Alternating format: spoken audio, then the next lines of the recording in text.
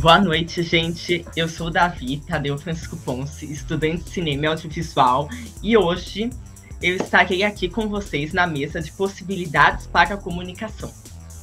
Gente, os temas são incríveis, a gente estava discutindo isso agora, na verdade, e eu vou ler para vocês os temas, para vocês já irem pensando, porque a partir dessa mesa eu estava pensando realmente, quais são as possibilidades da comunicação? Será que a gente está indo mesmo em direção ao futuro, ou a gente às vezes fica um pouco parado, assim? E bom, vamos aos temas, né? A transição do videoclipe musical, do analógico ao digital, evolução e transformação de um ícone da cultura de massa, do Júnior Parolo. Confesso que já falei para ele que eu estou ansioso para julgar meu próprio trabalho. E do estereoscópio à realidade virtual, um século de ruptura da tradição bidimensional no cinema, da Marcela Ferrari. Olha, eu li, eu tive que ir atrás para pesquisar, porque na hora eu fiquei assim, do que é isso muito bem? Como que se questiona o bidimensional, né? E eu achei genial, eu acho que eu tenho que dizer, porque, gente, eu tô ansioso para todas as apresentações, então não tem como. O audiolivro de ficção na via da mediatização, Paulo Moraes. Eu gosto muito de ler. Então, para mim, esse tema, eu acho que vai me mostrar, entendeu? Como que funciona o audiolivro. Será que eu devo aderir, ainda mais nessa via da mediatização? Não sei. E audiovisual de dados, do produtor autônomo à produção autômata, Leandro Maciel. Gente, é o futuro. É isso. Não tem muito o que dizer. Eu quero saber o que vem por aí. E agora eu vou apresentá-los, né? Nossos apresentadores de hoje. Vamos lá. Primeiro, quem vai falar é o Sisto Parolo Júnior. Júnior é mestrando em comunicação pela Anhembi Morumbi, graduado em publicidade e propaganda e pós-graduado em gestão de negócios, ambos pela ESPM. Atua como redator, diretor de arte e designer no mercado corporativo há 30 anos. Como músico, é multi-instrumentista, compositor, professor, produtor, videomaker, gestor de negócios. Aqui ele não coloca, mas faço questão de dizer que essa jornada decente, ele tá junto, ele que montou. Ó, ele tá colocando a mão no rosto, mas, gente, as mídias sociais estão lindas e tudo por causa dele. Bom, Marcela Ferrari Boscolo. Marcela Ferrari Boscolo é documentarista, jornalista e mestrando em comunicação audiovisual pela Anhembi Morumbi, em que pesquisa a convergência do cinema e da realidade virtual na criação de documentários 360. Paulo Sérgio Moraes, graduado em letras, especialista em literatura contemporânea e mestrando do programa de comunicação da Anhembi Morumbi. Romancista com 3 livros publicados em português, inglês e audiolivros. Pesquisador sobre o formato e os efeitos dos audiolivros na era da mediatização. Leandro Vieira Maciel, doutorando em comunicação pela Universidade Anhembi Morumbi. Possui 15 anos de experiência no ensino superior, lecionando nos cursos de animação, rádio, TV, internet, fotografia, jornalismo, cinema e audiovisual, publicidade e outros. Inclusive, foi meu professor no semestre passado. Tanto na graduação quanto na pós-graduação das universidades FAAP, Unimep, Piracicaba e atualmente Senac São Paulo. Roteirista recentemente premiado pelo longa em animação, Bob Cuspe, Nós Não Gostamos de Gente, na mostra Contrechamp do Festival de Annecy, 2021. Então, gente, eu ditarei a vocês as regras, porque infelizmente temos que tê-las. Primeiro, haverá as 4 apresentações, cada um tem direito de falar 15 minutos. Eu estarei cronometrando. Então, as perguntas vão ficar para o final. Peguem os seus cadernos ou celulares, né, gente? Eu sou velho. E já vão anotando o que vocês querem perguntar. Mas então é isso. Vamos lá, Júnior. Vamos lá, pessoal. Todo mundo me ouvindo, me vendo? Achei tranquilo, né? Vou puxar o meu arquivinho aqui, que ele já está no jeito. Diga. Quando der 10 minutos, eu aviso para vocês poderem se preparar melhor para ir finalizando as apresentações de vocês. É isso, muito obrigado, gente. Valeu, Davi. Eu não vou apresentar especificamente um artigo, algo da minha dissertação, mas sim o processo da pesquisa no momento que ela está agora. Eu entrei no programa de pós-graduação em 2016, cursei até 2019. Quando eu fiz a minha qualificação, infelizmente foi um problema de saúde, eu tive que me afastar e voltei esse ano. E na qualificação mesmo, já o professor Jamer estava na minha banca, né? Meu orientador era o professor Vicente, e a gente já chegou, naquele momento da qualificação, à seguinte pergunta: ou fazer um estudo mais raso de várias mídias, vários aspectos da alta definição de vídeo, que era o meu campo de estudo, ou pegar um estudo meu que já estava mais aprofundado como referência e ir mais fundo nele, que era o videoclipe, que era a área musical. E foi exatamente aquilo que eu fiz. Então, antes mesmo da parada, eu já tinha feito essa escolha, que eu achei que foi muito acertada para a pesquisa, porque eu consigo ter algo realmente não raso, algo que eu consiga esmiuçar um pouco mais, fazer realmente ficar mais interessante para a dissertação. Então, nesse meu processo de retorno, já vim com esse recorte, que é específico do videoclipe musical. Apesar de pegar a linha de tempo do videoclipe, sempre vou estar fazendo essa análise, né? A mudança do analógico ao digital, o que ele fez com o formato videoclipe, o que ele repercutiu na forma de usufruto, e da produção do videoclipe mesmo. Aí, nesse momento, minha orientadora honrosa, Tatiana Travisani, a Tati está sendo a orientadora super 10, porque a gente tem muito a trocar nesse universo do videoclipe, no universo do vídeo musical, está sendo muito legal. Antes da minha parada, eu já tinha feito 3 publicações, na qual a primeira ainda focava alta definição na televisão, caso até abordei mais a novela, né, lá no Congresso de Televisões. Dali para frente, já fui mais fundo no videoclipe, que foi no caso da Terceira Gisma, lá da Federal do Rio, onde eu fui especificamente na criatividade do diretor James Herbert com os videoclipes da banda R.E.M., que desde o meu começo de estudo de videoclipe, lá em 85, quando eu tinha 13 anos, esses clipes do James Herbert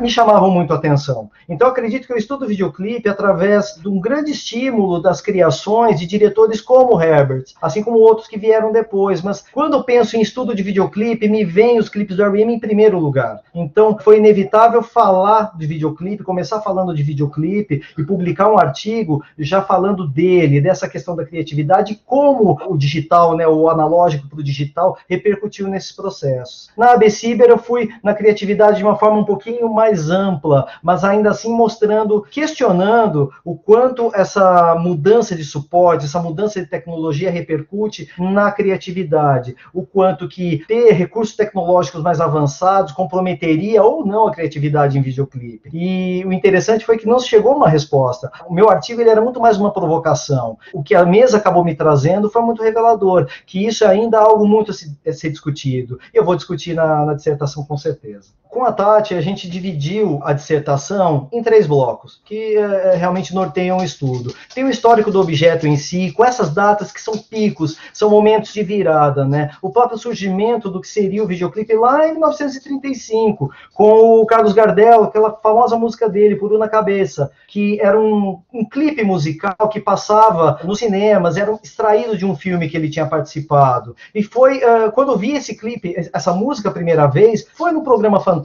Eu tinha os meus 13 anos, né, foi no começo dos meus estudos, e diziam assim que isso era o protótipo do videoclipe, talvez fosse o embrião do que se tornaria o videoclipe 30 anos depois com os Beatles, que é essa data que eu coloco aqui. Quando os Beatles começam a trazer os filmes deles, deixam de fazer os shows e passam a usar o clipe musical como alternativa para divulgação, o formato do videoclipe começou a se cristalizar e o mercado passou a aceitá-lo realmente como um formato de publicidade e de usufruto da música, da obra do músico. 1981 é a chegada da MTV americana, 2005 é o YouTube e 2020 é a pandemia. Então, esses momentos modificaram de maneira muito crucial o comportamento das pessoas quanto ao uso, quanto à produção de videoclipe ou aquilo que pode ser chamado de videoclipe musical, que tem a função que ele tem, como as collabs que a gente tem agora nas mídias sociais. Inclusive, eu não consegui participar ainda por pura falta de tempo, porque se antes eu fazia clipe, o que eu sou chamado para fazer agora? Eu sou chamado para fazer collab. Além do histórico do objeto, aí vamos para outra ponta, o que vai fechar a minha dissertação, que é o meu histórico pessoal, que foi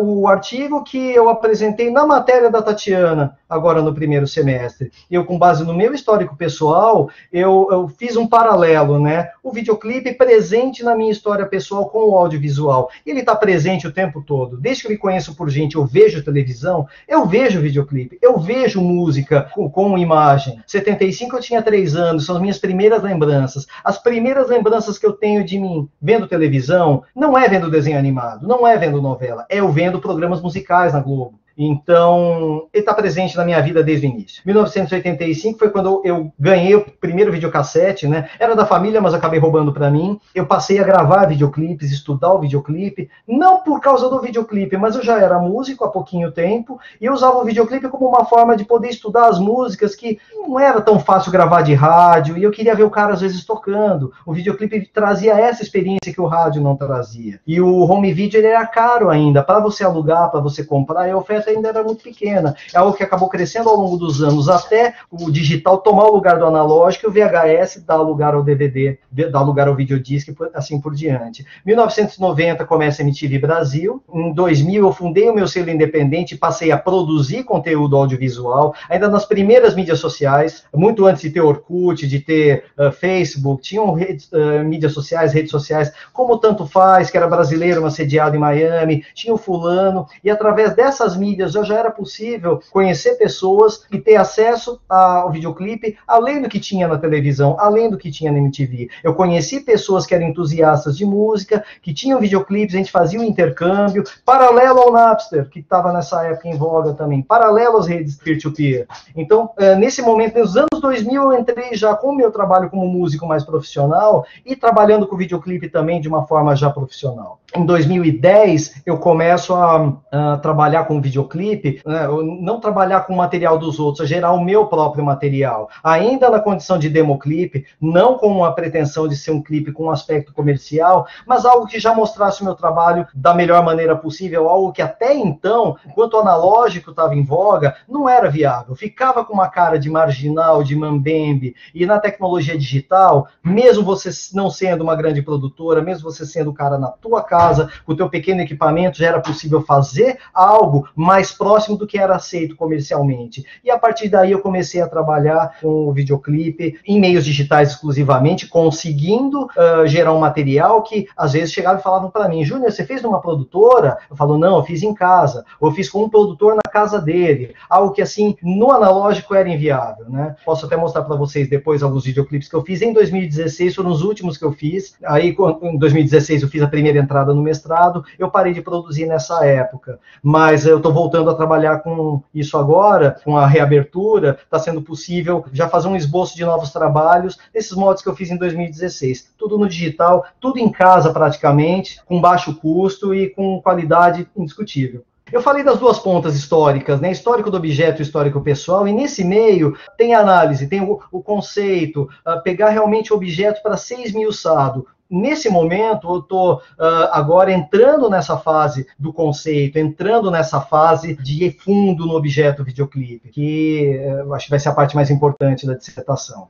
As duas matérias que eu fiz esse primeiro semestre, né, com a Tatiana e com o Vicente, que foi meu primeiro orientador, eu coloquei para a revista Tropos, né, com uma chamada ligada exatamente a rock and roll, que é totalmente a minha praia, eu sou do rock, né, do pop, então para a revista Tropos foi esse histórico mais pessoal, e para a GIG 2021, agora da UFSCar, eu vou trazer o artigo que eu desenvolvi com o Vicente, que é mais a parte histórica do videoclipe. Bom, aí são os processos, né, de levantamento de informações nas duas matérias que eu fui fazendo. Então, para analisar o videoclipe, fui no início da produção artística do ser humano, da produção de informação, das formas de registro, as formas de armazenamento e compartilhamento das informações. Então, tem que se ir lá no começo da vida, né, falar como é que era o ser humano lá na Idade da Pedra, depois quando começou a se civilizar, descobrir novos materiais, quando os povos começaram a se comunicar. Isso de uma maneira sem muito padrão, até chegar na imprensa de Gutenberg. Quando chega na imprensa, a padronização, a reprodutibilidade mais técnica, que Benjamin vai falar séculos depois, ela já estava começando a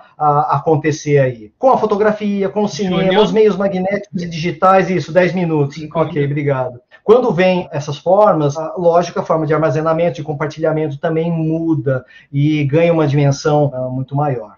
Sempre visando a preservação, perpetuação e compartilhamento de experiências. Falo sobre fotografia, cinema e vídeo, né, que são as formas que se utilizam, né, para armazenamento dessas informações. E chega num momento que, após muito tempo buscando-se melhor maneira de se registrar, a forma mais perfeita, passa-se a usar o ruído, o enquadramento imperfeito, a fusão imprecisa como estilo, como recurso para a melhoria da narrativa, para comunicar de uma forma melhor. Então a gente sai da busca da perfeição até o uso deliberado da imperfeição, coisa que no digital, inclusive, é usada muitas vezes, simulando defeitos do VHS, simulando defeitos da película, para criar comunicação, para criar estilo, para criar uma informação nova, que remeta ao antigo ou não. Sempre buscando experiências singulares, fazer uma distribuição física melhor, fazer uma distribuição virtual melhor, com os recursos que a gente tem hoje. Na literatura, né, que eu fui me baseando, foi estudos desde o Francis Ford Coppola, né, no qual ele esmiuça isso, né, as formas de registro, as formas de distribuição, criação, captação do audiovisual. Falando de videoclipe antes e hoje, né, então, como eu vou estar sempre transitando pela história, é natural fazer esse paralelo. Mas trazendo alguns textos interessantes, como do Bret Martin, Homens Difíceis, onde mostra a mudança da figura masculina,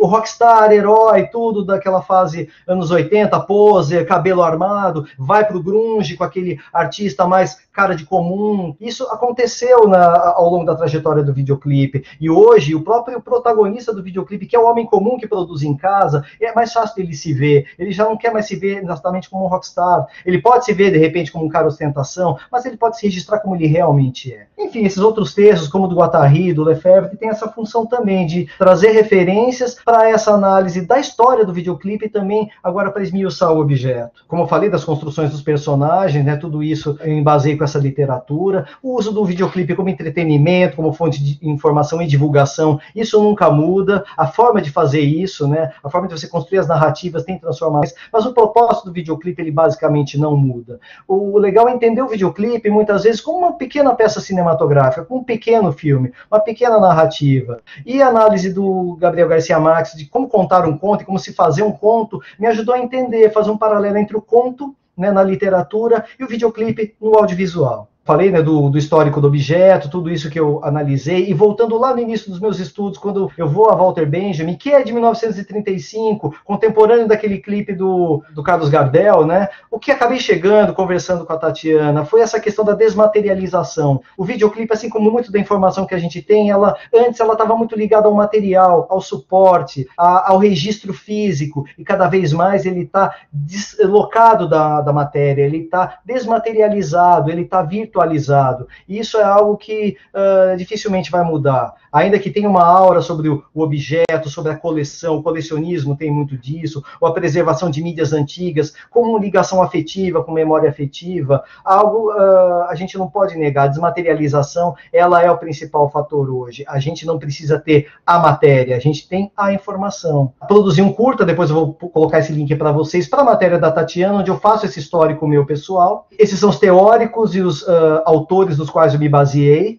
Vou buscar referências deles nos arquivos da TV como YouTube e Vimeo, e também grupos de compartilhamento em mídias sociais. Tem muitos entusiastas do videoclipe como eu, que eu tive contato pelas mídias e tive acesso a materiais raríssimos de se encontrar. A bibliografia é essa, também posso disponibilizar para vocês. Vai crescer muito ainda, ou pelo menos um tanto, mas só com isso eu já tenho um estudo bastante intenso para embasar a minha análise e tudo que eu fiz até agora. É isso, gente. Corri um pouco, mas eu acho que deu para dar uma ideia para vocês em que pé está a minha pesquisa. Eu estou aberto a sugestões, a questionamentos, porque ainda há tempo. Eu agradeço de coração que vocês puderem contribuir. Tá bom? É isso. Muito obrigada, Júnior. Eu amei. Valeu. Eu achei muito bonito, porque você aborda a vida do videoclipe ao mesmo tempo que você aborda a sua vida.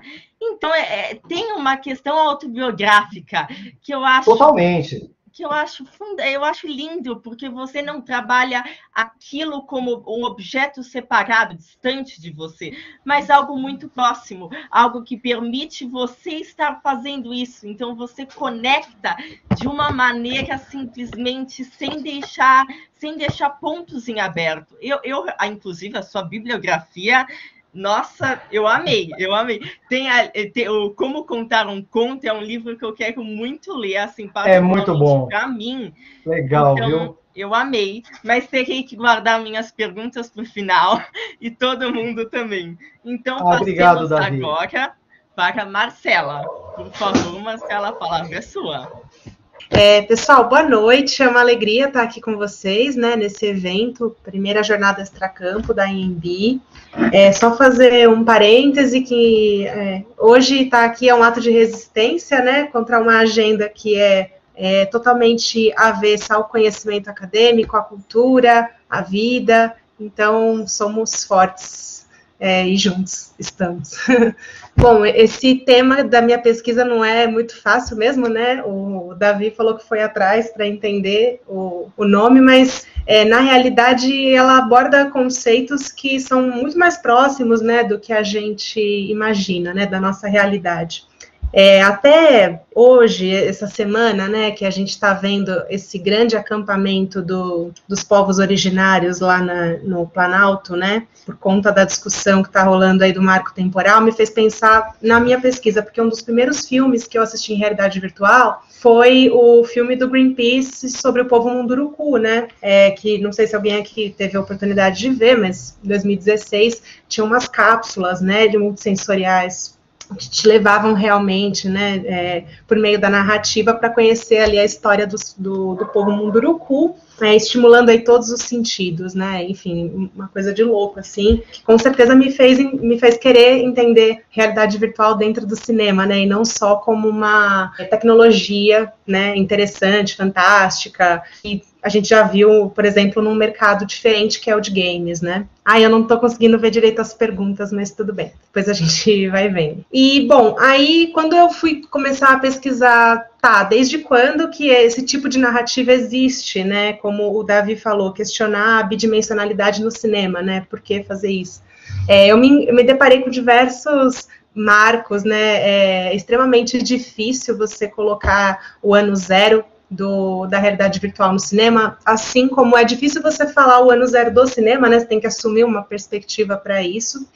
E aí eu acabo sempre colocando, né, esse pensamento do André Bazin, né, que todos os aperfeiçoamentos que a gente acrescenta no cinema só aproximam ele da origem, né? Para a gente sempre lembrar da relação entre vanguarda e primórdio, né? E como as tecnologias que vão surgindo, elas vão reconfigurando a nossa relação, né, com o cinema. Nesse caso, com imersão, né, principalmente. E aí outra frase também do Eduard Wastel, né, dizendo que os homens das cavernas já tinham os instrumentos do pintor, né, mas o olho e a mente do cineasta, né, falando também sobre a caverna, né, que seria também uma primeira tecnologia, né, para fazer cinema. Indo atrás, né, dessas tecnologias para entender marco zero de realidade virtual e tal, acabei me deparando com os aparatos que antecederam, né, o que a gente hoje entende, né, como o headset, né, o óculos, e os controles, né, os joysticks, né, para você se guiar na narrativa panóptica, né, esférica.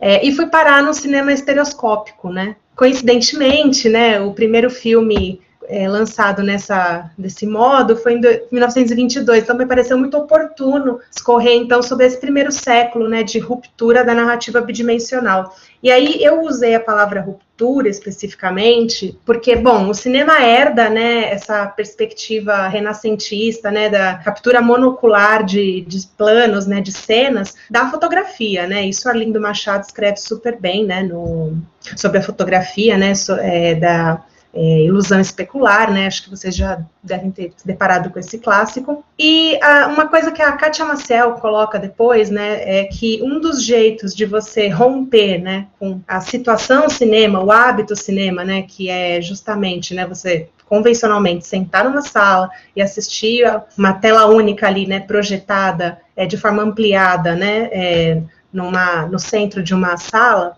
é você colocar o espectador no meio da cena, né? E aí, como que você faz isso? Né? Você tem vários artifícios. Você trabalhar a tridimensionalidade das imagens é um deles, né? Você coloca a pessoa próxima daquela narrativa, né? Você quebra o quadro, né? Você brinca muito mais, né, com essa relação diegética, né? E aí, aqui, a gente tem os primeiros filmes, né? O primeiro filme, especificamente, eu até coloquei a câmera com que foi gravado para vocês entenderem, são duas objetivas, né, que estão aqui. Barbie, O Poder do Amor, que foi basicamente um fiasco, porque apesar de a gente ter essa possibilidade, né, de interagir, de repente, mais, né, com as imagens tridimensionais, a tecnologia não era confortável, sabe, para os olhos, né, dos espectadores, e aí não teve uma abrangência comercial relevante. Né, no mesmo ano a gente tem, por exemplo, também os Homens de Marte, né, Man from Mars, que aí já tinha uma outra tecnologia, até coloquei aí, que é o anaglifo, né, mas também não era uma coisa tão interessante. Tem um historiador que chama Ray Zone, que ele especificamente, né, ele trabalhou com o cinema estereoscópico, e ele chama essa primeira leva de filmes da Era da Novidade.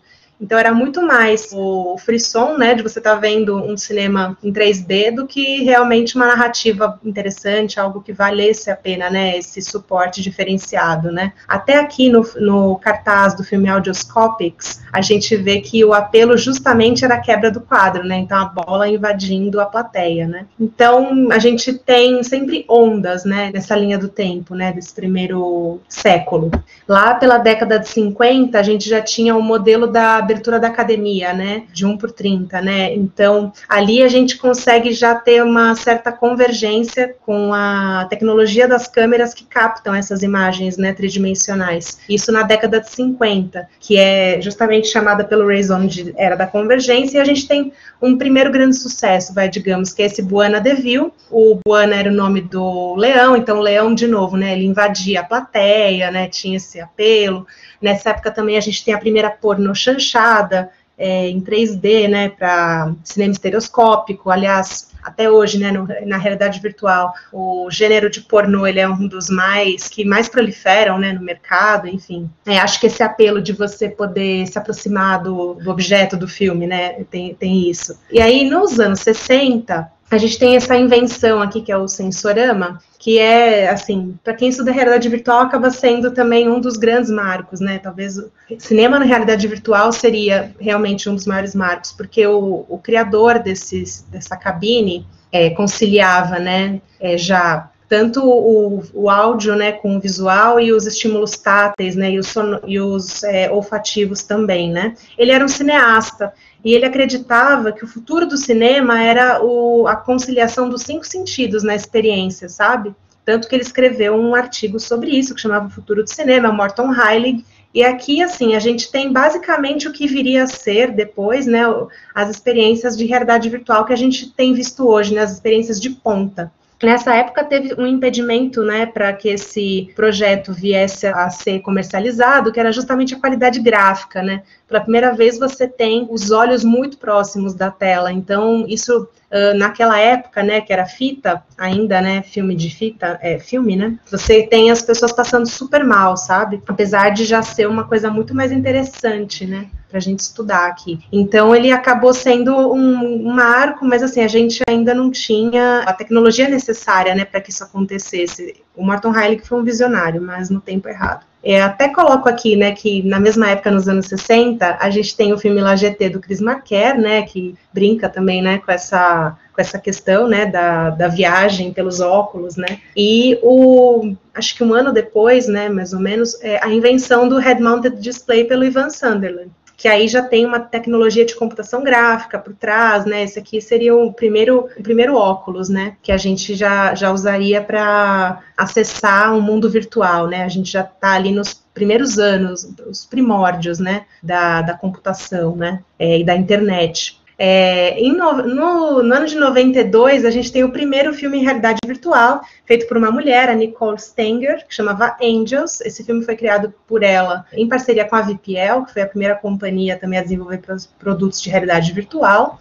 Acabei colocando aqui um marco, né, do cinema 3D, que é o Avatar, que foi o primeiro grande sucesso, né, um longa-metragem produzido, né, pensado para ser assistido com óculos e bem aclamado, né? Isso em 2009. Em 2012, 2015, 2014, a gente tem esse trabalho Hunger in LA, né? Que foi uma matéria jornalística recriada, né, em 3D para a pessoa assistir com óculos. Naquela época ainda não tinha o óculos Rift, então essa engenhoca aqui que a pessoa está usando seria, né, o headset, né? Até que em 2014 a Oculus lança, né, esse protótipo aqui, esse projeto, aliás, né, inclusive focado no mundo dos games, porque o idealizador desse projeto queria jogar jogos com melhor definição gráfica, né?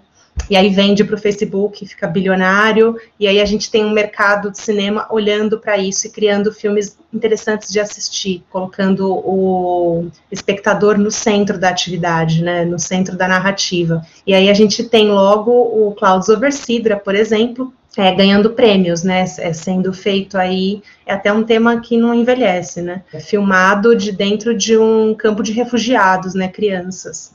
Aqui no Brasil também a gente tem filmes bem interessantes, né, O Fogo na Floresta, O Rio de Lama e o Step to the Line, feito por um brasileiro, apesar de ter sido filmado nos Estados Unidos. Tem esse Career Opportunities in Organized Crime, que é o primeiro longa-metragem, né, feito para 360, de realidade virtual, até a gente chegar no Carne Arena do Alejandro Iñárritu, que em 2017 levou um Oscar, né, de vanguarda, né. Aí, só para não perder muito tempo, porque já está acabando minha apresentação, colocar aqui um outro trabalho brasileiro que ganhou prêmio, né, ganhou o Emmy Awards, que é o The Line também, feito pelo mesmo diretor do Step to the Line, né. Acho que é isso, gente. Nossa, Marcela, muito obrigado. Eu realmente fui atrás para pesquisar sua apresentação, que na hora que eu vi, eu falei questionar a bidimensionalidade. E você traz esse trabalho assim lindo, lindo, lindo, realmente assim, de convite para a banca. Porque ainda obrigada, no final, o Carne Arena, que na época que saiu, eu me lembro que foi muito falado, e tem toda essa questão do coração, de que todos somos iguais, né? E o 3D nos proporciona isso, né? Porque realmente a gente não teria essa possibilidade. Mas antes de passar para a próxima apresentação, eu preciso tecer esse comentário que você falou da era eu até anotei era da novidade, né? Que foi chamado de era da novidade. E agora a gente vê isso, a gente fala, é novidade. Então, é uma constante novidade que a gente sempre quer ver, a gente sempre quer evoluir, e a gente talvez queira que chegue mais perto, mais real da gente. Nossa, muito obrigado. E, bom, eu que agradeço seus elogios. Vou passar para o Paulo agora, porque senão eu morro aqui falando. Vamos deixar para o final as perguntas. Paulo, a apresentação é toda sua. Oba, vamos lá. Marcela, parabéns. Bom, boa noite, pessoal. O tema que eu tenho pesquisado no mestrado, eu sou orientado pelo Daniel Gâmbaro, e eu estou trazendo o tema, né, uma reflexão sobre os audiolivros, especificamente os audiolivros de ficção, nessa era da mediatização. Esse interesse veio porque, como foi dito, né, eu escrevo e eu recebi um convite para produzir os meus livros também em audiolivro. E aí, a partir dessa conversa, que eu comecei a me interessar um pouco mais sobre este tema. No começo era uma coisa que era cheia de equívocos para mim, que eu acabei aproveitando os meus próprios equívocos para poder responder isso na pesquisa, principalmente ao entender que o audiolivro, de forma equivocada, era como uma radionovela, até a gente entender que não é bem assim. Então, e aí a pesquisa, ela passou por uma série de frustrações, vamos dizer assim, até eu entender qual era o melhor caminho para poder fazer essa abordagem. E agora que a gente está indo aí para a reta final de qualificação, a gente já tem algumas coisinhas aqui que eu posso trazer para vocês. Vou tentar não me estender muito, vou tentar não aprofundar tanto na parte teórica para a gente poder cumprir esse tempo, e no finalzinho eu conseguir mostrar um trechinho para vocês daquilo que eu entendo como uma boa referência do que se tem experimentado, né? Então, a ideia principal é procurar novidades, e nessa busca por novidades a gente conseguia até encontrar aí produções que poderiam atender de uma forma legal a proposta desse estudo. Então, o objetivo é investigar os audiolivros de ficção para entender o seu papel na sociedade contemporânea consumidora de streaming, né? Entender o formato das produções e provocar reflexão para buscar novas possibilidades e atrair a escuta atenta do leitor ouvinte, que eu chamo de leitor mas é um leitor ouvinte. E ele tem como referência os estudos de linguagem e os efeitos relacionados à produção de ficção radiofônica, né, que é a nossa grande referência, até porque, né, já não tem muita gente estudando, aprofundando os efeitos radiofônicos, né? Já existe uma dificuldade até de achar referências. Então, quando pensa em audiolivros, ainda é mais escasso de fonte teórica. Então, é um caminho muito novo, muito desafiador. Então, a ideia é destacar essas diferenças, principalmente entre audiolivro e produção radiofônica, e pegar, traçando esse paralelo, encontrar também oportunidades através dos recursos sonoros, né? E a grande questão que fica é: por que então eu vou ouvir um livro e não apenas ler esse livro? Então, eu acho que essa é a grande pergunta para as produtoras de audiolivro, né? Como fazer as pessoas deixarem de ler o livro e passarem a ouvir esse livro? O que ela ganha com isso? Então, para começar, a gente vai falar um pouquinho do que é um audiolivro. E começar, óbvio, pelo que ele não é. Ele não é, ao contrário do que se pensa, uma evolução direta das produções radiofônicas. O audiolivro e as produções radiofônicas, eles têm formatos completamente distintos. E o audiolivro ele se consiste na versão falada do livro, né, uma narração do livro. E o Davi Sanches, ele é um autor que até a gente pode considerar como pioneiro nessas produções. Lá nos anos 70, ele já apresentava os seus livros em vinis. Ele tinha 2 histórias dele, então cada lado do vinil era uma das histórias, e ele mesmo narrava. E os primeiros registros de audiolivro, eles aconteciam em vinis, depois as fitas cassetes, os CDs, que vocês devem ter assim como referência, provavelmente, pela memória, a ideia da Bíblia, né? A Bíblia do Cid Moreira, que era muito popular. Inclusive, audiolivros bíblicos, histórias bíblicas, audiolivros de autoajuda, ele é muito mais comum do que o audiolivro de ficção em si. E nós temos aí alguns players que são vários, mas eu posso citar como os principais que estão atuando no Brasil, como a Audible, que é da Amazon, a YouBook, a Toca Livros, a Storytel, a Google Play Livros também. E tem uma série de outras, inclusive agora existe uma parceria com o Spotify que, além de podcast, também está trazendo audiolivros disponíveis em uma parceria com as produtoras e as editoras. O que é muito legal, até porque você não precisa ser assinante do Spotify para ouvir, você consegue ouvir sem mesmo ter que ouvir propaganda, nada do tipo, então isso acaba dando uma democratizada, né? Um ponto importante é contextualizar o audiolivro hoje em dia, que a gente está vivendo essa era do streaming, né? E isso tem mudado muito a nossa forma de consumir, porque quando a gente pensa no hábito de ouvir livro, né, a gente está pensando que o ato em si, ele é um ato parecido com o que a gente fazia lá atrás, sentar e ouvir uma história. Inclusive os audiolivros que a gente escuta, a maioria dos audiolivros que a gente escuta hoje em dia, eles são muito parecidos com os audiolivros que a gente ouvia lá no passado, uma pessoa narrando. Só que nós não somos os mesmos, né? Então, o que muda muito é a nossa forma de consumir, os efeitos que isso produz na nossa sociedade, né? Então, nós vivemos uma era de uma experiência digitalizada, são uma série de plataformas que oferecem produtos de streaming, e existe uma instantaneidade desse conteúdo, né? Tanto não só do audiolivro, eu estou dizendo no geral, de produtos digitais, né? Você não espera mais dias para assistir um episódio de uma série, né? Você está nas suas mãos esse controle e você tem várias opções de poder consumir produtos culturais, né? Via streaming. E você tem tudo isso aí em um dispositivo só. E nesse meio o audiolivro se viabiliza. Tem uma pesquisa que é bem recente, saiu agora, da KPMG. 86% dos respondentes consomem streaming. O consumidor ele está disposto até a pagar mais para ter uma variedade, dependendo do custo que for oferecido por cada plataforma. Ele está disposto a pagar mais para ter mais de uma plataforma disponível. Ele está interessado no conteúdo gratuito. Ele está interessado na facilidade do acesso, na qualidade, principalmente na diversidade. E a presença do streaming na vida dos consumidores, né, eles elencaram que 70% dos serviços, eles elencaram, né, que a maioria deles se interessam na diversidade desse conteúdo.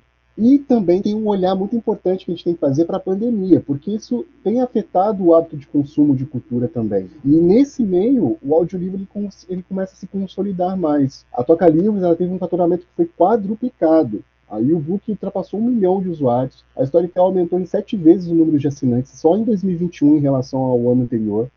E isso é um momento que muda a forma como a gente se relaciona com o áudio.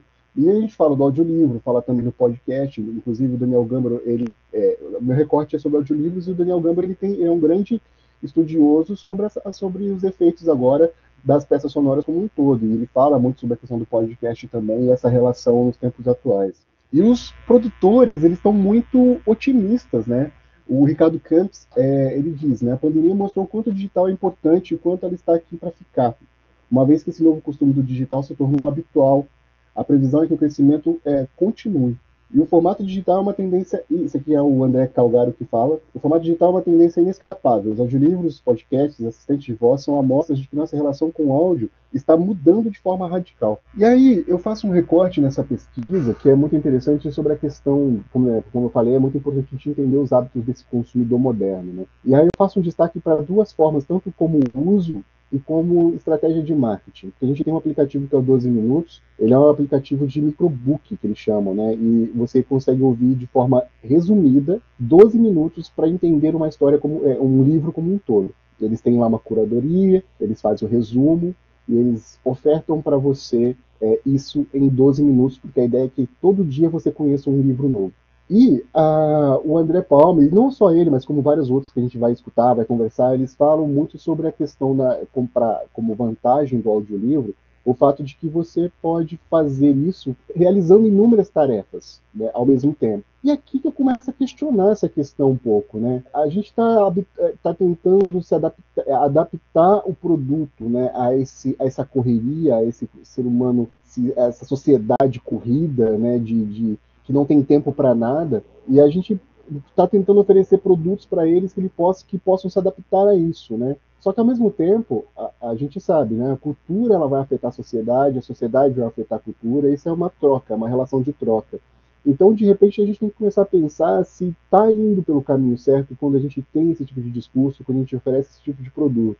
Eu não vou aqui dizer se eu concordo ou não com o tipo de produto que a 12 Minutos oferece, mas eu sinto que é preciso começar a fomentar nas pessoas a busca de uma escuta mais atenta. Porque uma coisa é, por exemplo, você pegar um audiolivro e colocar no carro para ouvir no trânsito. Você tem ali uma certa escuta mais seletiva, né? Claro, você tem que prestar atenção no trânsito, mas você consegue ainda ouvir. Mas é diferente se você estiver em casa fazendo comida, cuidando de criança, atendendo uma ligação. Você não está provocando naquela pessoa, se você está dizendo que ela pode fazer isso com várias outras funções, você não está provocando nela uma imersão. Você não está estimulando as sensorialidades, que é um grande efeito possível, né, que o som pode fazer, que uma história pode fazer, que um livro pode fazer, né? Então existe um descolamento entre o uso e a estratégia de marketing, né? Então, que eu disse, que uma coisa é você ouvir dirigindo, outra coisa é você ouvir efetuando outras tarefas. Uma parte que eu estou aprofundando no meu estudo é sobre o hábito de ouvir. O José Eugênio de Oliveira Menezes ele chama de cultura de ouvir. Ele diz que isso é uma coisa que é até emergente, né, de se ser estudado, né? O Baitello ele vai dizer que o ouvir ele tem uma função mais vinculada ao universo do sentir, da paixão, do passivo, do receber, do aceitar, né? E é muito importante, aqui eu também trago do Ferrareto, que ele vai pegar em moldes a questão do que é exatamente escutar, o que é ouvir com atenção, porque é muito importante você entender esse hábito para que você consiga, então, saber como estimular essas sensorialidades das pessoas, né? A produção do audiolivro, ele, considerando ali um livro de 300 páginas, ele leva em torno de 25 horas de gravação. O produto final vai ter em torno de 15 horas de história. Vai ter em torno de, entre gravação e edição, 60 dias de produções. O audiolivro ele pode ser feito por narrador, por dublador, por locutores, pelo próprio autor e por algumas celebridades que são convidadas também. Um arquivo final que vai chegar de 100 megas a 500 megas, não chega a ser um arquivo tão pesado assim, você não precisa necessariamente baixar para ouvir. E eu tenho algumas coisas que ainda vão ser estudadas, que é a subjetividade sonora, a relação do som com a narração, a busca pelo metafórico, pela subjetividade, a oralidade mediatizada, os recursos binaurais, que são novas tecnologias que estão aí à disposição, que algumas empresas já estão fazendo, e também o contexto social, que é onde a gente até encontra mais informação a respeito, que é a questão da acessibilidade, que é um ponto que eu acho que é muito importante de um papel do audiolivro hoje em dia, né? Então agora eu vou só trocar aqui o meu compartilhamento, para vocês ouvirem 2 minutinhos aqui de um áudio que eu preparei para vocês, e aí eu vou passar esse trechinho para vocês, para concluir. E aí, no final, eu gostaria, quando a gente vai abrir para debate, eu queria saber o que vocês sentiram da percepção do que aqui, o que eu considero aqui como algo bem feito do que vem sendo produzido até pela Toca Livros em relação aos audiolivros, tá? Toca Livros e Editora Global apresentam Esta Terra Nada Vai Sobrar, a não ser o vento que sopra sobre ela, de Inácio de Loyola Brandão. Narrado por Alexandre Merck, Camilo Brunelli, Clayton Henninger, Flávio Costa, Gustavo Balog, Inácio de Loyola Brandão, Paola Molinari, Priscila Scholz, Tiago Nalim, Tiago Ubaldo e Zéza Mota. A comissária-chefe, voz calma, avisa. As portas deste país foram fechadas com um atraso de 3 séculos e meio, devido a falhas operacionais e também por motivos técnicos alheios à nossa vontade, já que tais serviços estão entregues a equipes terceirizadas. Atenção, passageiros. Afivelem os cintos. Vamos atravessar áreas de extrema instabilidade e violentas turbulências. A Organização Internacional classificou os países mais felizes do mundo. Estamos em 22º lugar em um ranking de 155 nações, sendo que os primeiros lugares couberam a Noruega, Dinamarca, Islândia, Suíça, Finlândia. O Ministério das Transcomunicações Especiais e Confidenciais divulgou o resultado por todas as mídias, acrescentando: como ser feliz em países tão gelados? Somos felizes até no clima. Clara olha para o pulso, diz com a voz fuzilando: Felipe. O celular, um chip minúsculo encravado sob a pele, dá sinal de ocupado. Tenta 4, 5, 3 vezes. Felipe atende. Entenda, Felipe, acabou.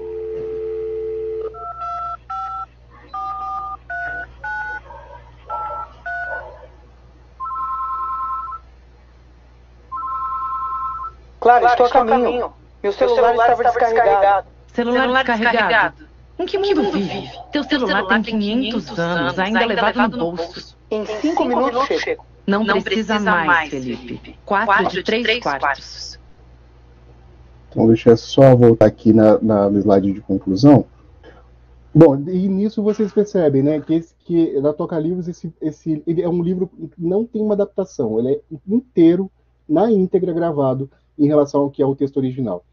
Inclusive com a presença do próprio autor participando com essas outras vozes. Então ali tem som do vento, tem som do telefone, tem a presença de um narrador onisciente, tem os atores interpretando, que isso você já provoca em você uma imersão melhor. Então, como conclusão, apesar das experimentações, ouvir audiolivro ainda não é institucionalizado a ponto de ser considerado como uma tradição. Em um país que ainda lê pouco, ouvir audiolivros de ficção pode ser ainda mais desafiador. Então é preciso explorar possibilidades, popularizar o formato, uma vez que os audiolivros podem desempenhar importante papel de inclusão, acessibilidade, democratizando a leitura, estimulando sensorialidades pelos recursos disponíveis na era da mediatização. O audiolivro não é apenas um livro narrado, que apesar que muitas produtoras querem dizer, até por conta de muitos preconceitos que existem em relação a isso, eles insistem que é a mesma coisa que você lê. Mas eu defendo que não, é uma nova forma de experimentar, desde que você utilize os recursos disponíveis. E é isso, pessoal. Muito obrigado pela oportunidade. Paulo, muito obrigado. Eu, realmente, ainda esse audiolivro do Inácio de Loyola foi um presente, assim, no final. Mas eu preciso te dizer uma coisa, que se eu disser, você não vai acreditar. Então, eu até me abaixei para pegar a prova. Porque eu lembrei de quando eu era pequeno, e eu sei que eu não sou muito velho, mas tinha o vinil da Dona Baratinha, que contava eu não vejo dela. isso há Quem séculos. vai casar com a Dona Baratinha? Eu tenho umas notas disquinho, mas faz décadas que eu não vejo um desse de perto, Davi. Que eu não apalpo um desse, cara. De onde que veio isso? Eu tenho da Bela Adormecida, aqui o pacote do meu lado, dos vinis. Não foi planejado, eu juro pra vocês, gente. É que eu ouvi você falando, eu falei, gente, eu preciso pegar, porque se eu falar, ele não vai acreditar. Então, olha, Eu não tenho o que dizer, realmente, assim. Nossa, muito, muito obrigado. Isso aí deve ser dos anos 80. Essa produção é dos anos 80, se eu não me engano. Então, assim, é uma coisa que se faz há muito tempo, ainda não é institucionalizado, mas, poxa, é um barato ouvir. É muito gostoso de ouvir. É maravilhoso. Não tem data, eu procurei aqui, realmente não tem. Mas, nossa, muito, muito obrigado. E, bom, deixa eu passar, né, logo a vez agora. Leandro, por favor, é com você. Beleza, gente, eu vou ter que testar aqui, porque a ironia, né? Vou falar de tecnologia, de computador, não sei o quê. Eu estou na faculdade e o computador não está funcionando, tá? Minha conexão caiu várias vezes, então vocês estão me ouvindo normal. Sim, tudo certo. Sim. Vou contar primeiro uma história pessoal minha sobre como eu cheguei na minha tese, né? Que eu estou agora, na verdade, reescrevendo o projeto. Então, eu estou numa fase super crítica, porque reescrevendo o projeto da tese, né, para entrega da qualificação, a minha ideia era tipo jogar tudo fora e retomar, e eu praticamente dei uma volta, assim, né, porque eu não queria mais falar da minha área de atuação, que é o roteiro, e aí o próprio universo conspirou para eu voltar para ela, né. Aqui, eu vou contar para vocês uma coisa, duas coisas curiosas, né? Primeiro, a ideia da tese, ela apareceu de uma certa raiva que eu tive quando eu fui trabalhar com, não sei quem conhece o tema, o termo, né? Eu fui trabalhar com os AVAs, assistentes virtuais de atendimento. Na verdade, eu fui dar uma consultoria para uma empresa do ramo financeiro que trabalhava com os AVAs. E aí, trabalhando com os AVAs, né, trabalhando ali com a galera que escrevia o texto dos AVAs, me perguntaram assim, Leandro, você acha que o AVA, né, o nosso assistente virtual, deveria ter um avatar, ele deveria ter uma cara, ele deveria ser uma pessoa, tipo isso, assim? Aí, eu não soube responder, fiquei completamente perdido, assim, como roteirista, e como roteirista que tinha trabalhado com a ficção e a não ficção. Porque aí eu comecei a perguntar para eles, mas o que é um assistente virtual? Ele é uma pessoa mesmo? Ele representa a empresa? Ah, não, ele precisa vir com um disclaimer avisando a pessoa que está conversando com ele que ele não é real. Pô, mas ele, na verdade, vocês querem que ele pareça real. Vocês estão aqui falando com o roteirista, vocês querem que ele pareça uma pessoa que está conversando ali. Foi uma coisa absolutamente paradoxal, né? Aí eu falei, dessa minha experiência, eu já vi que eles estão roubando coisas de roteiro, eu vou tentar roubar coisas de negócio também, né? Que aí foi a ideia de trazer para o audiovisual de dados, né? Que é o meu conceito principal da tese. Só que aí, né? Nessa semana, aconteceu o seguinte, na última quinzena, né? A produtora que eu estou trabalhando atualmente, que eu sempre trabalhei, né, a Koala Filmes, que é uma produtora de animação, a gente ganhou um prêmio por esse longa aqui, né, o prêmio de Annecy, que o Davi comentou. Esse longa, ele é um longa de ficção, mas ele é baseado em entrevistas. Então, a gente tem entrevistas com os personagens, né? Nosso personagem principal aqui no filme é o Angeli. Então, toda vez que o Angeli aparece no filme, ele está dando uma entrevista. Por mais que a gente manipule essa entrevista, como se ela fosse uma ficção, tá? O que é um problema, né? Porque a gente tem horas de gravação com ele, horas de fala dele, e a gente pega a fala documental dele e transforma numa ficção, mas ela tem um peso documental, né? Ela tem um registro com ruído. E aí uma coisa mais impactante assim do filme, que me incomoda há tempos, né? Desde quando eu comecei, antes da tese, que é o fato de ter esse personagem aqui. Não vai dar para ver direito no trailer, não tem ele falando, mas eu vou mostrar. Já se sabe quando ele vai morrer. Esse personagem do taxista. Esse personagem do taxista, ele é inspirado numa pessoa real. Na verdade, aí começa a loucura. Ele é e não é real, tá? Porque ele é baseado no Toninho Mendes. Toninho Mendes era o editor do Angeli, que dava depoimentos para a gente, deu depoimentos no nosso outro filme, o Dossiê Rebordosa. Toninho Mendes é essa pessoa, ele existe, tá? Na verdade, ele existiu, porque ele faleceu em 2017. Muito cedo ele participou de Salão de Humor e começou a virar um desenhista. Com 14, 15 anos de idade, ele já começou uma carreira com desenho. Então, ele existe, ele tem uma voz, ele tem uma materialidade dele, né? No Dossiê Rebordosa, a gente põe ele como personagem falando, a gente pega a voz dele, só que a gente tira o vídeo e coloca um boneco animado. Era essa ideia no longa também, só que aí o Toninho foi e morreu. Ele morreu em 2017. E aí, o que a gente fez no filme? Qual foi a nossa loucura? Na época, em 2017, quando eu não estava na minha tese ainda, não pensava nisso, e o tal audiovisual de dados ainda estava caminhando, a gente criou um outro personagem, que é um personagem que, na verdade, é feito por um ator, só que esse ator, ele é baseado no Toninho.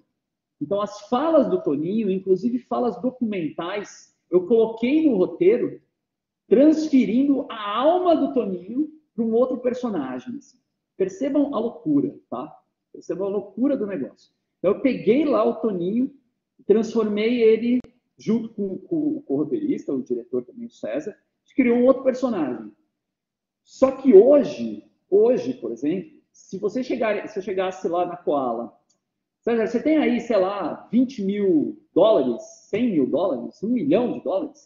Vamos recriar digitalmente o Toninho. Vamos fazer a tal da clonagem digital. Que é o termo, acho que é o termo mais preciso. Assim. A gente pode usar um monte de outras coisas, mas a clonagem é o que está na cara, né?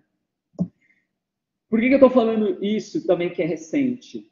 Porque na época a gente não tinha isso, e eu acho que não ter isso criou uma outra perspectiva para o nosso roteiro. A gente criou outra coisa, tá? Se eu tivesse a tecnologia que a gente tem hoje, ou esse recurso de ir lá e contratar uma empresa que fala assim, vamos clonar a voz do Toninho para você, Leandro, e você vai escrever o seu roteiro e vai sair a fala como você quer. Aí é só tacar a animação em cima, tá pronto. Mas o roteiro é seu, você digita, sai uma voz editada. 2017 a gente nem cogitava isso. Hoje eu sei que dá para fazer isso. Dá para a gente ir lá, contratar uma empresa e ela vai fazer isso para a gente. Que é o caso recente, não sei quem acompanhou, foi o caso do documentário sobre o Anthony Bourdain, né? Na verdade, Bourdain. Você sabia que agora a 123 Milhas oferece os Não sei quem acompanhou essa notícia, uma notícia recente, uma notícia polêmica. O Anthony Bourdain ele se suicidou recentemente, né? E aí, no documentário, qual que é a polêmica do documentário? Essa matéria aqui não vai mostrar, né? Ela vai mostrar um trailer e vai explicar a polêmica do filme. A polêmica é a seguinte, a voz tá aqui na chamadinha, né? A voz do chefe foi recriada com o que a gente chama de deep voice, deep áudio, deep fake voice, tem vários nomes. Eu acho mais fácil dizer deep áudio, tá? Mais fácil de entender. Só que, assim, a voz dele não foi recriada para um roteiro. Foi recriado para que o próprio Anthony voltasse dos mortos e lesse um e-mail. É muito doido. Assim. Então, ele voltou dos mortos e vai ler o próprio e-mail dele, né? E aí eu descobri, não sei se eu mandei o link para vocês. Eu descobri durante a minha pesquisa, no meu último artigo, né, na última disciplina que eu fiz doutorado, que existe um termo filosófico para essa figura desse personagem que é real e não é, que é baseado nas pegadas que uma pessoa deixou, mas essa pessoa pode ter morrido e você pode recriar essa pessoa, que é o éctico digital, que é o meu ponto agora, assim, ponto que eu acho que eu vou focar boa parte da tese. O éctico, aí vem também as questões polêmicas, né? O que é um éctico? Eu fui achar um filósofo da informação, tá? Aqui eu pego uma citação do meu último artigo, que é o Luciano Floridi. Eu não sei o que é um filósofo da informação, tá? Precisamente, mas o Luciano, Eu escrutinei o Luciano e eu descobri que ele faz uma pesquisa parecida com a minha. Ele vai lá e estuda como, por exemplo, fizeram um projeto do Rembrandt da Microsoft, que é um Rembrandt, foi feito com uma impressora 3D, dando pinceladas num quadro como se fosse a técnica do Rembrandt, mas não é o Rembrandt. Você olha a obra e você fala assim, isso parece uma obra do Rembrandt, mas não é ele, não é uma obra dele. E aí, o Floridi, ele vem com esse conceito do ético, que eu acrescentei o termo digital, que a gente está usando meios digitais para criar os éticos. Ele fala o seguinte, o ético é uma cópia, mas não qualquer cópia. É uma cópia que tem uma relação especial com a sua fonte, com a sua origem, sua criação, o arquétipo. Então, é ético, arquétipo. Em particular, ele é uma impressão deixada por um selo. Isso foi uma tradução minha, tá? Não é a coisa real, mas está claramente ligada de forma tão significativa e autêntica com a própria coisa real. E aí as tecnologias digitais é o que permite a gente fazer isso. A gente separa a fonte arquetípica que estava lá na mente do artista do processo. Então eu posso vir aqui e falar, Koala Filmes, vamos fazer um Toninho digital, vamos pegar a voz dele e recriar esse cara. É possível hoje, não precisa ser na produtora, não precisa ser a gente hackeando computadores, montando mega máquinas digitais. Vai lá e contratar uma outra empresa, um valor X lá de orçamento, e a gente vai poder recriar. E aí o que ele vai falar? Ah, não, acho que eu matei a citação.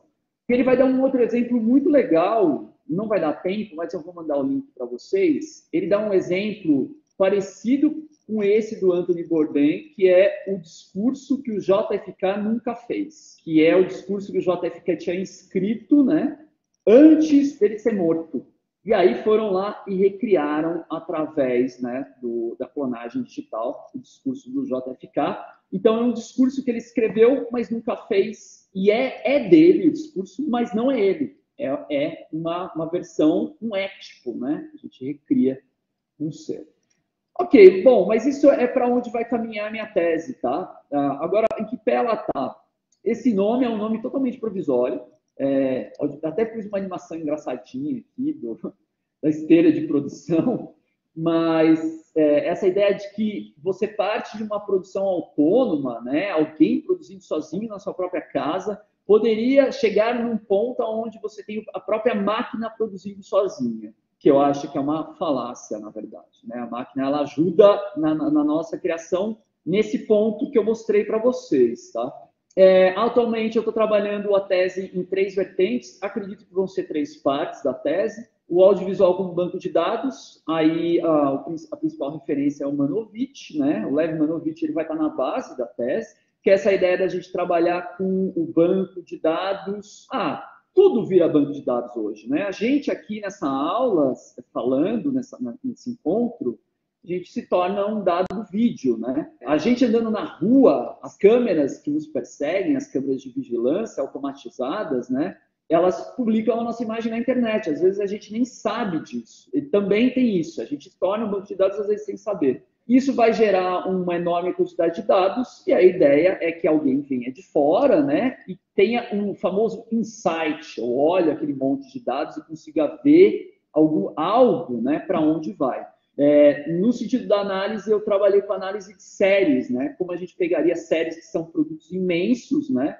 Colocaria num sistema computacional e ele gera insights para a gente, ele gera ideias, informações ou uma visão de fora, né?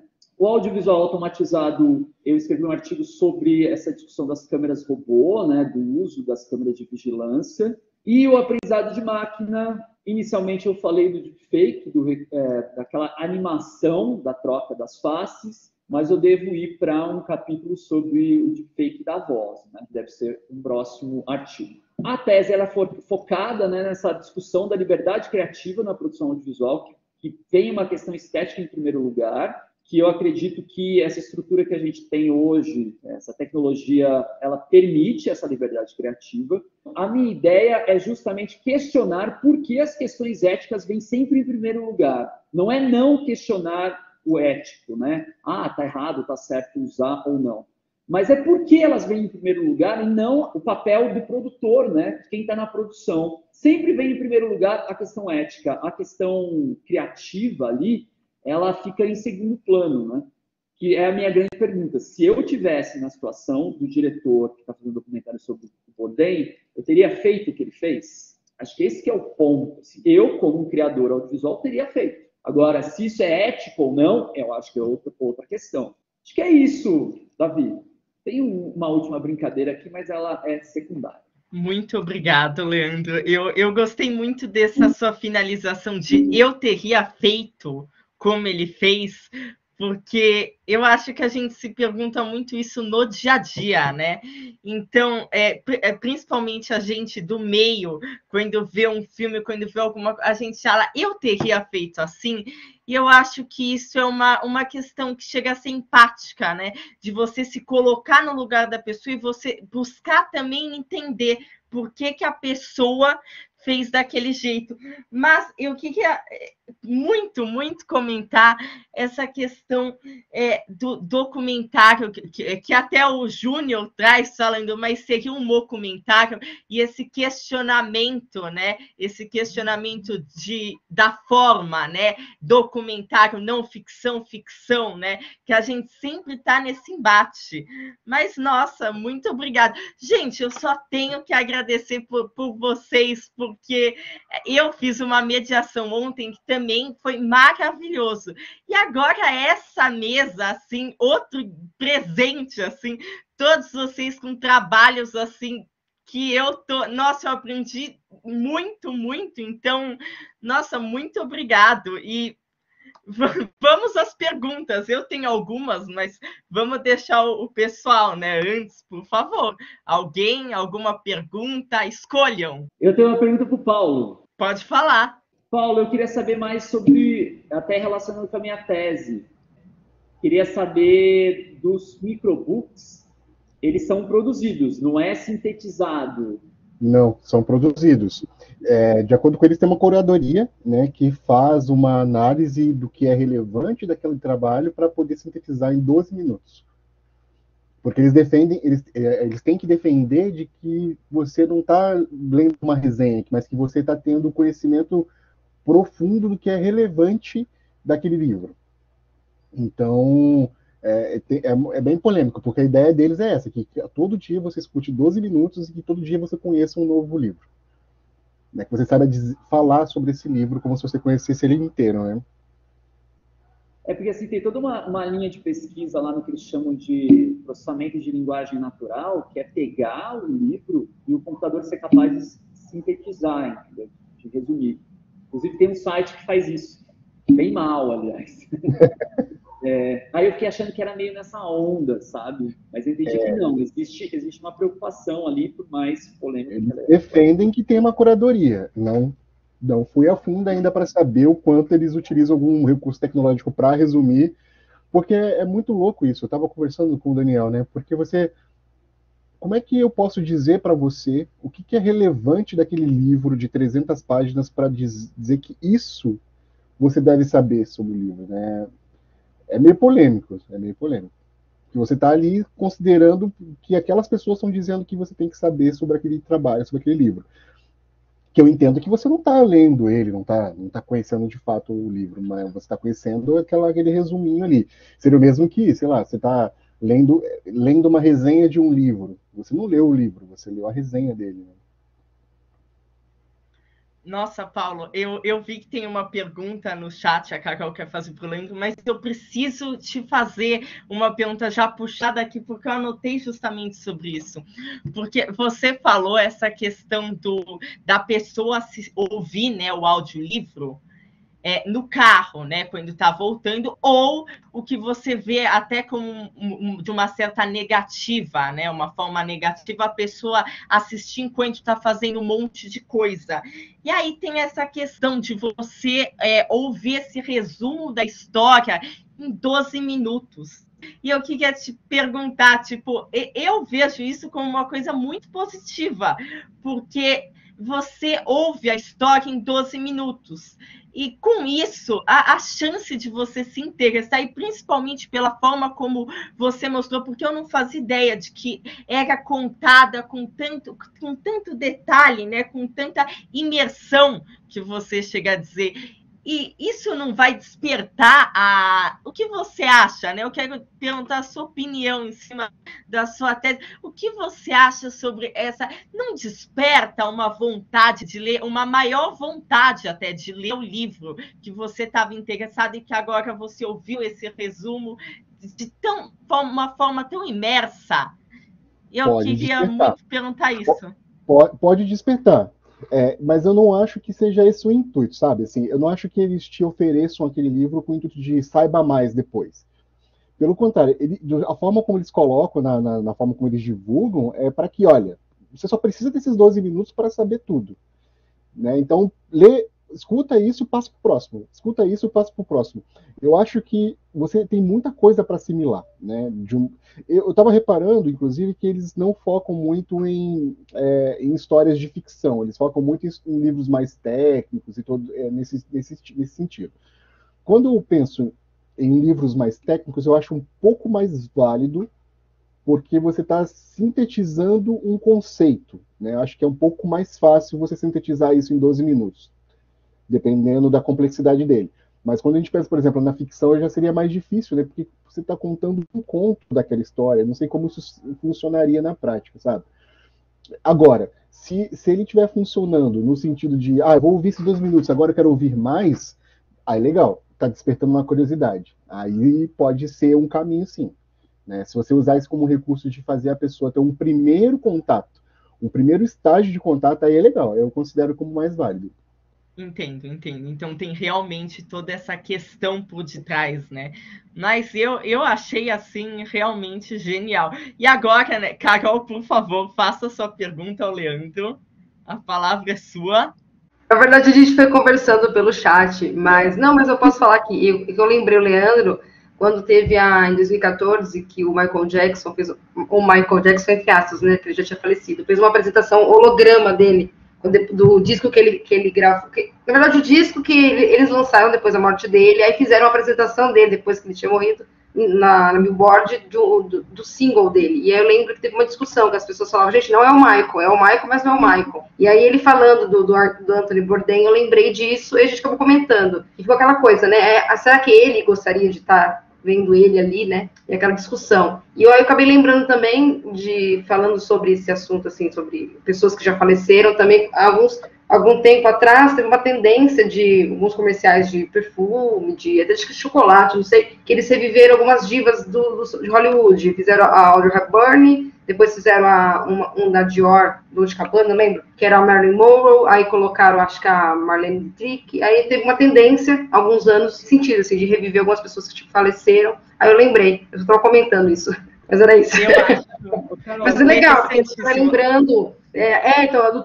O Tupac também teve mais, eu acho que a Whitney Houston também teve um que fizeram ela também cantando, não lembro a música agora. Cadeira Grande, eu não lembro, mas teve uma apresentação que ela entrou cantando no fundo e tem vários assim que eu vou lembrando. Aí tem sempre essa ética, né? É a pessoa, mas não é a pessoa. Então, mas o que eu ia te contar? Que, por exemplo, a ética as pessoas caem matando, entendeu? Tipo, inclusive naquela entrevista que eu mandei do Bourdain, vai ter lá um especialista que fala que não pode, pronto, acabou. No caso do Toninho, o que você tem que fazer? Você tem que procurar os familiares. Existe um jeito de se proceder no audiovisual. Não é assim, tipo, eu vou lá e pronto, eu clono quem eu quero. Tem um princípio, né? Tanto que a família do Toninho autorizou e a voz do Toninho não entra no filme. Então, mas existe essa preocupação legal, entendeu? De você... ética também. É ética também. Então, assim, partiu do princípio de que a gente ia usar o áudio do Toninho no filme, e aí a família do Toninho assinou um contrato autorizando o uso dele pós-mortem, tá? Acho que esse que é o ponto, é que nunca falam. Se a família do Anthony Bourdain autorizou o uso da voz dele no filme, autorizou, não autorizou, essa que é a polêmica. Tipo, o diretor foi lá e falou, não, eu vou clonar e pronto, acabou, é problema meu. Nunca se fala nisso, né? Se vai direto falando assim, não pode, que absurdo, estamos clonando aqui, por que não chamam um ator? Não sei qual é a proposta criativa. Depende, né?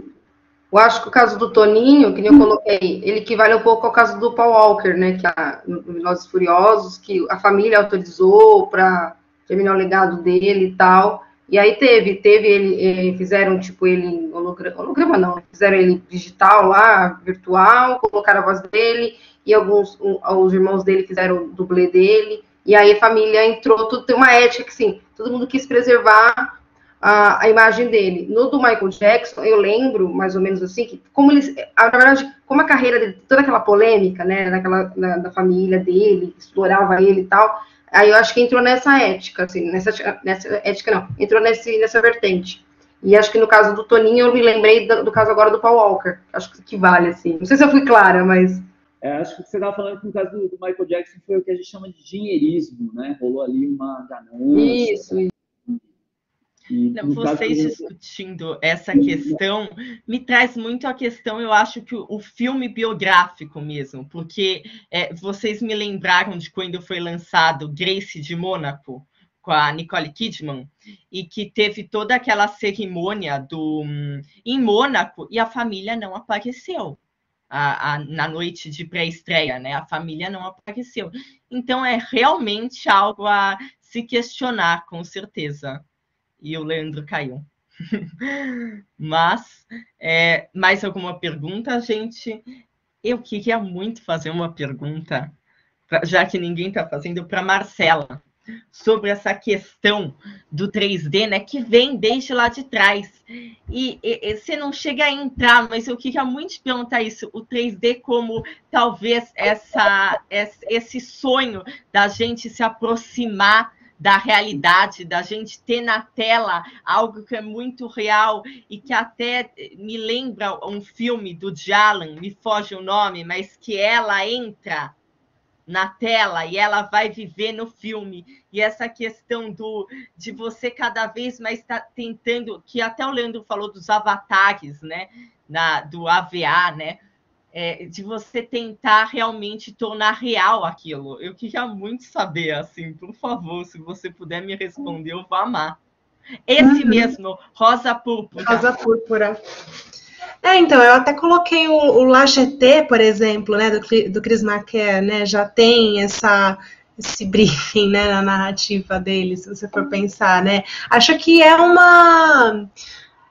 eu acho que essas tecnologias, elas vêm atender uma necessidade nossa ancestral, sabe? De imergir no nosso lado lúdico, na realidade do outro também, né? Acho que conforme a gente tem mais acesso a diferentes realidades por conta da internet, das tecnologias todas, a gente acaba querendo se aproximar, né, das pessoas, das outras formas de viver.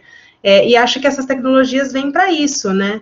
Essa coisa do avatar é extremamente interessante, né? Que pela primeira vez a gente tem a oportunidade de experimentar o outro sendo nós mesmos ainda. Que eu acho que é o apelo maior do Carne e Arena, né? Que você comentou muito bem. Que eu acabei não falando porque não deu tempo. Que acaba resolvendo, às vezes, né? Um anseio contemporâneo, né, de você realmente se colocar no lugar do outro, ainda que você seja você, né, acho que vem nessa pegada e vejo muita possibilidade, sabe, para novas narrativas que exaltem essa possibilidade, que criem esse lugar no cinema, né, de você realmente imergir em outro contexto, em outra realidade, né. Nossa, realmente, assim, é algo, assim, que questiona, que imerge, e a gente sempre quer mesmo imergir. Muito obrigado, realmente... E muda muito a experiência fílmica, né? Quando você está vestindo os óculos, por exemplo, você não tem a memória física, corporal, de você estar vendo algo numa tela, né? Você está ali como se fosse seu melhor amigo te contando uma situação, né?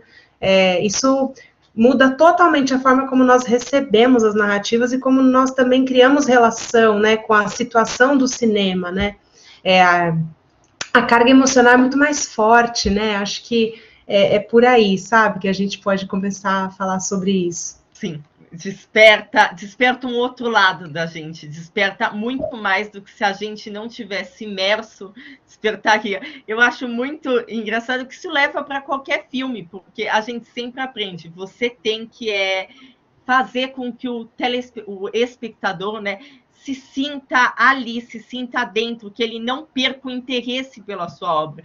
E eu acho que a imersão vai muito ao encontro disso, vai muito proporcionando isso. Então, eu realmente, assim, amei, sério. Muito obrigado pela apresentação.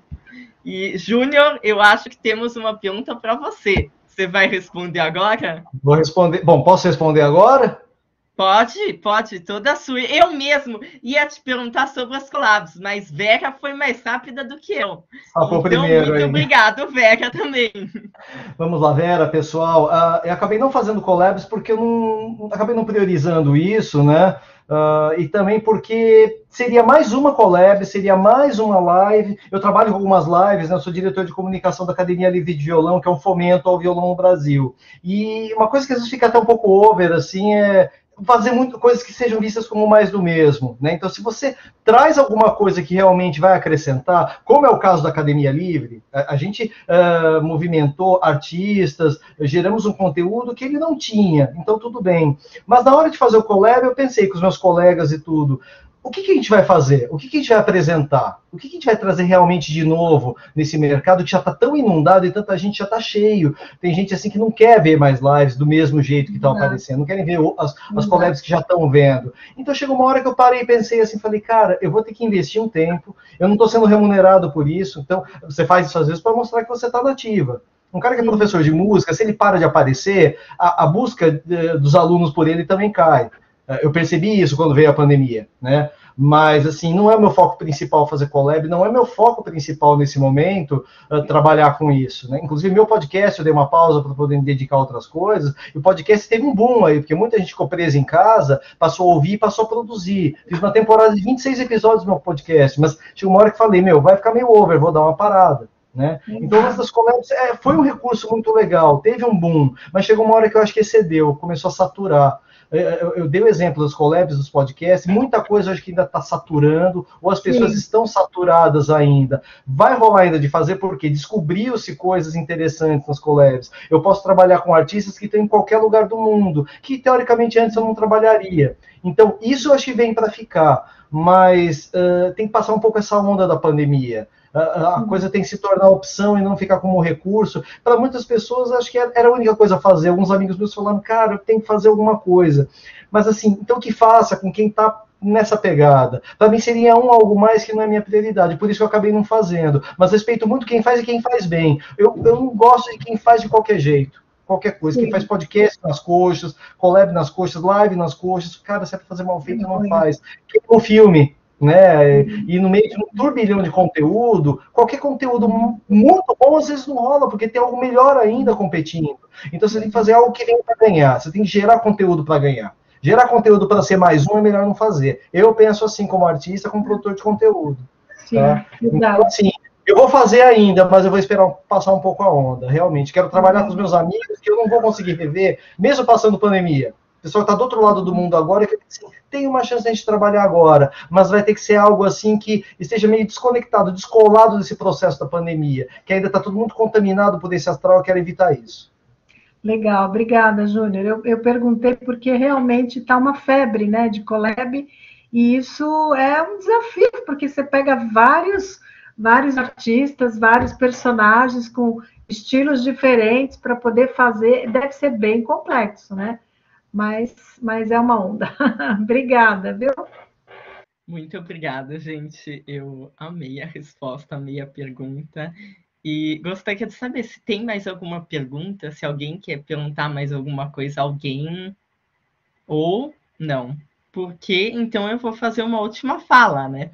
Eu vim aqui esperando, né, que eu ia ver as possibilidades da comunicação, o futuro, ó, o Leandro mandou que eu ia ver o futuro, né? Será que estamos caminhando correto? E eu descobri aqui que não é uma questão de ver o futuro, de ver se estamos caminhando corretamente, né? Mas é uma questão de ver o eu, né?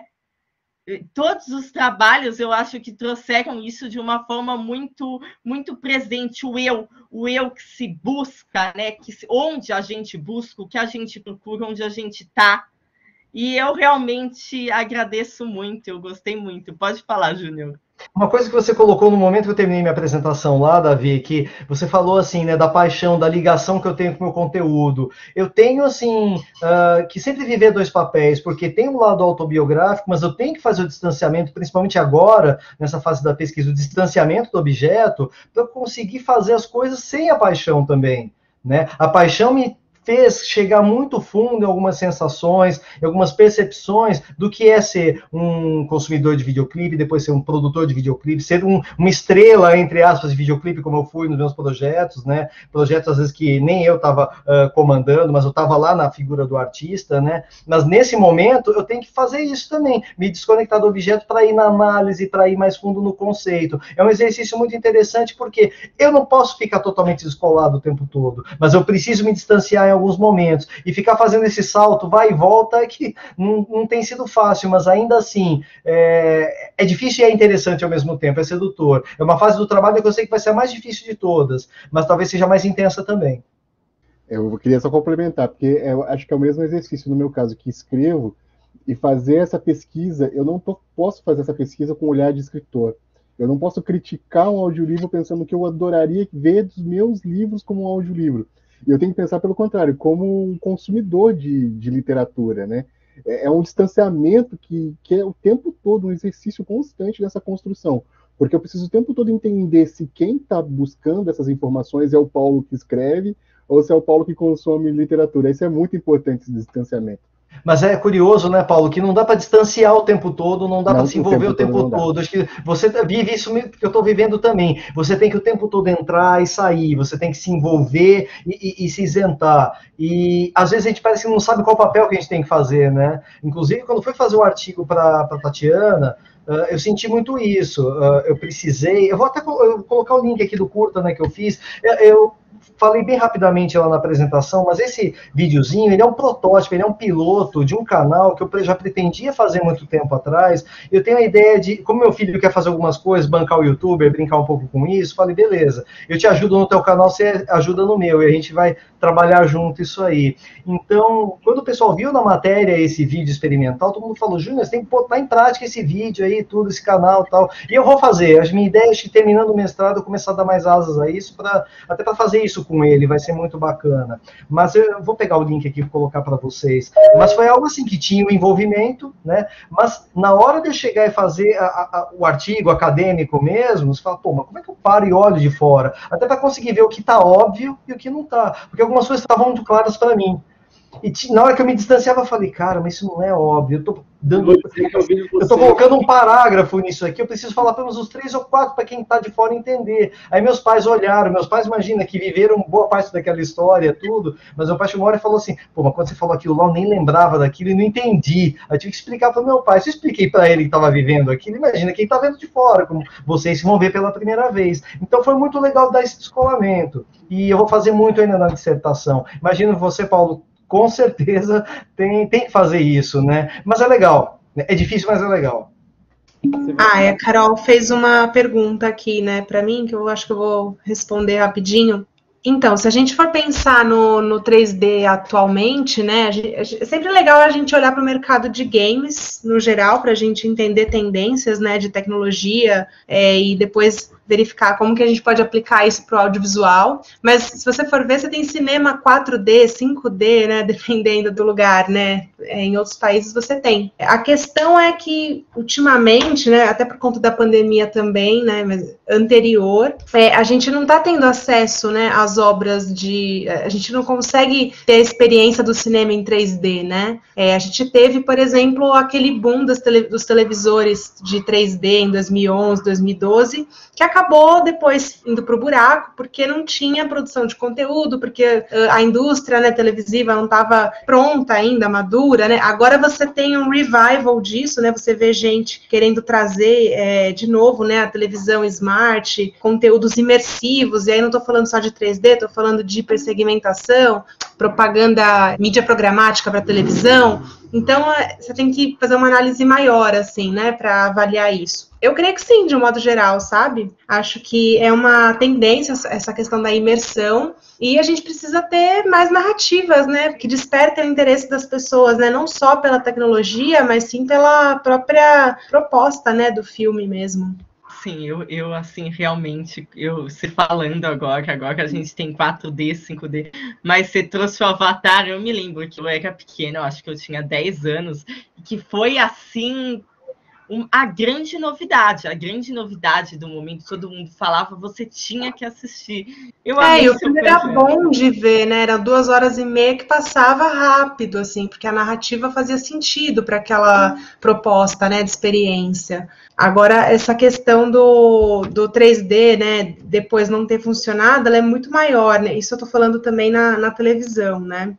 Mas, assim, uma coisa que eu acho que é fundamental, né, para definir o futuro da experiência em realidade virtual, cinema 3D, tudo isso, é justamente a questão do aparato, né? Hoje a gente tem os headsets de realidade virtual, que eles são difíceis de usar, eles são pesados, são incômodos e são bem caros, né? Se você quer ter uma experiência de qualidade com realidade virtual, você tem que desembolsar aí uns 4 dígitos, né? Para você começar a ter uma estrutura interessante para sua casa. Antes a gente tinha aquela rede, né, de experiências imersivas que era a Voyager, que faliu agora por causa da pandemia. Ali você podia alugar, por exemplo, né, como se fosse um cinema mesmo, né, os headsets e tal, e você tinha ali uma qualidade legal sem precisar comprar o aparato, porque ao mesmo tempo que é caro de investir, renova muito rápido a tecnologia, né. Se você usa, por exemplo, um cardboard, né, que são esses óculos mais baratinhos de entrada em que você usa o celular como um suporte ali de mediação, você não tem os 6 graus de liberdade. O que são os 6 graus de liberdade, né? Significa que a minha cabeça nos eixos X, Y e Z, o aparato vai estar lendo todas as movimentações da minha cabeça e eu não vou ficar enjoada, por exemplo. Esses cardboards, se você for para baixo da mesa, vai parecer que você é Alice, né? O mundo vai ficar grande, você vai ficar pequena. Então, isso já desconfigura toda a experiência cinematográfica, né? Acho que essas coisas também são importantes de a gente pensar se o 3D vai pegar, se tá pegando, qual que é, né? Mas a gente precisa de aparatos mais gostosos de usar, mais baratos. Já vi pesquisas que falam, né, que o celular morreu, o futuro é uma lente para você colocar no olho, né, aí realmente seria a realidade aumentada, né, como um todo, mas acho que vai nessa direção, assim. Eu gosto de pensar nisso, tipo, para onde estamos caminhando, né, para onde caminha a humanidade. Eu acho que é importante, o cinema, né, nos proporciona muito isso, esse seu trabalho sobre a bidimensionalidade, o 3D e o que vem, né, por aí, realmente. Muito obrigado, gente. Que já tá rolando, né? Já tá rolando. Sim, é hoje, não tem... É o hoje e o que vem, e a gente não sabe, mas a gente pode tentar, a partir do que a gente já viu e do que a gente tem visto, o que é o próximo, né, a vir. E eu acho isso realmente muito, muito legal, muito, muito importante, na verdade, porque é um pensamento que liga você ao amanhã, que meio que já faz essa conexão, que fala, olha, é isso que te espera. Não é exatamente isso, mas é algo nisso, entendeu? Então... Principalmente porque os mais novinhos da sua idade, né, para baixo, assim, a geração nativa, TikToker, já tem uma outra expectativa em termos de narrativa, que eu acho que foi o que o Júnior começou falando, né, que as pessoas não esperam música até o final. Também tem seu jeito de reverberar no cinema, né, e a gente tem que estar atento, né, para as narrativas que a gente está querendo criar, enfim, de olho em tudo isso, né. Sim, um TikTok é no máximo 1 minuto. Não vou contar que eu sei porque eu já fiz, porque eu não vou botar nenhum link aqui. É melhor ninguém saber que eu tenho TikTok. E é isso, gente. Teremos imagem. Teremos imagens. Sei de nada. Muito obrigado, gente. Sério, muito, muito obrigado mesmo. Eu acho que então ficamos por aqui, a menos que alguém queira fazer mais alguma pergunta, alguma colocação? Não, acho que é isso. Então eu vou estar mandando aqui os links, né, das palestras que terão amanhã. Inclusive a palestra de encerramento será amanhã. E é isso, na verdade. Muito obrigada a todos e uma boa noite, gente. Isso aí, pessoal. Obrigado a todos. Falou, Júnior. Falou, Paulo. Valeu. Força aí, galera. Obrigado. Obrigado, Davi. Falou.